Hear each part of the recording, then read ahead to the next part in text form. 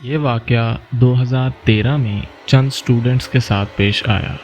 एक दिन एक लड़का और उसकी बहन इंटरनेट पर पुराने जादुई तरीक़ों के बारे में पढ़ रहे थे।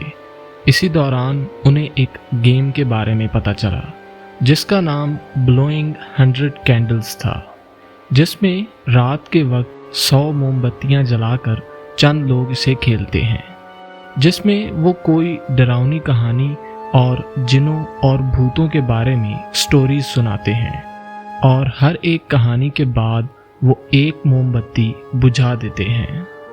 अब सारी 100 मोमबत्तियां बुझाने के बाद वहाँ पर भूत और पुरस्कार ताकतें आ जाती हैं और इनसे बात करती हैं। अब इन दोनों ने फैसला किया कि वो भी इस गेम को खेलेंगे।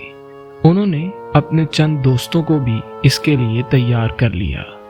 अब एक दिन जब उनके माँ बाप घर पर नहीं थे तो उन्होंने अपने 2 दोस्तों को बुलाया और रात को घर की सारी लाइट्स बंद करके 100 मोमबत्तियां जलाईं और इस गेम को शुरू कर दिया। अब पहली 10 मोमबत्तियां बुझाने तक तो कुछ भी नहीं हुआ, लेकिन उसके बाद आहिस्ता आहिस्ता इनकी स्टोरीज खौफनाक होती चली गईं और इनके इर्द गिर्द माहौल भी बदलने लगा।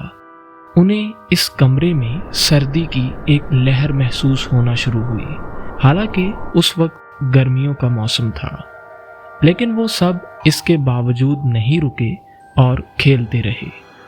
अब उनके घर में एक पुरस्कार खामोशी छा गई और वक्फे वक्फे से घर से अजीब आवाज़ें आना शुरू हो गईं। अब 25वीं मोमबत्ती के बाद उनको ऐसे महसूस हुआ जैसे बाहर कोई आया है और उन्हें कदमों की आवाज़ आई। उन्होंने खिड़की से बाहर देखने की कोशिश की, मगर वहाँ पर कोई नहीं था। लेकिन वो इस बात पर भी नहीं रुके। अब उनको इतना तो अंदाज़ा हो चला था कि वहाँ पर कोई पुरस्कार ताकत आ चुकी है। इसके बाद इस लड़के की बहन ने इस पुरस्कार चीज़ से बात करने की कोशिश की। वो एक पेंडुलम के ज़रिए उससे सवाल पूछते हैं कि अगर ये सीधा घूमा तो इसका मतलब हाँ, और अगर उल्टा घूमा तो इसका मतलब नहीं है। सबसे पहला सवाल वो ये पूछते हैं कि क्या यहाँ पर कोई है। पेंडुलम खुद ब खुद सीधा घूमना शुरू कर देता है। अब वो इस तरह के सवाल पूछना शुरू कर देते हैं और तकरीबन हर सवाल के बाद उनको जवाब मिलता है।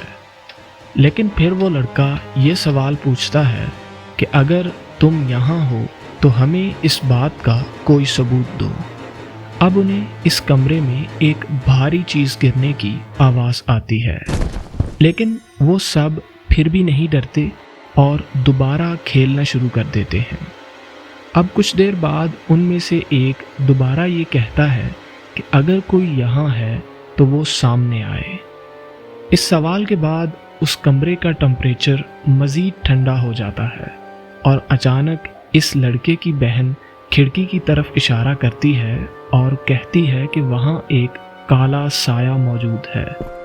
इसके बाद इनको कदमों की आवाज़ आती है और दरवाज़ा खुद से खुल जाता है और तमाम मोमबत्तियां बुझ जाती हैं।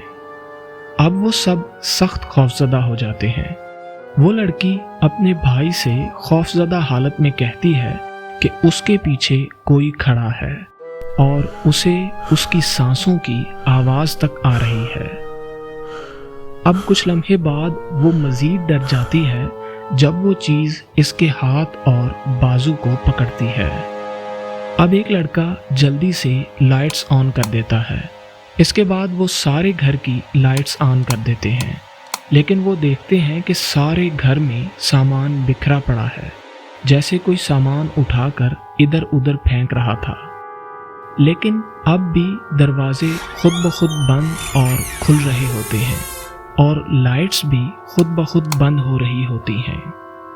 इसके बाद एक लड़का चीखना शुरू कर देता है, जिसके चेहरे पर किसी जानवर के पंजे की तरह की खरोंच आ चुकी होती है और उससे खून निकल रहा होता है।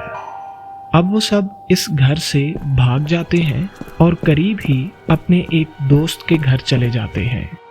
वो वहाँ तब तक रुकते हैं जब तक उनके घर वाले वापस नहीं आ जाते, और उनके आने पर सब कुछ नॉर्मल हो चुका होता है। दरवाजे खुलना बंद हो जाते हैं और लाइट्स भी खुद से ऑन ऑफ नहीं होती, लेकिन पूरे घर का सामान टूट चुका होता है और पूरे घर में बिखरा पड़ा होता है।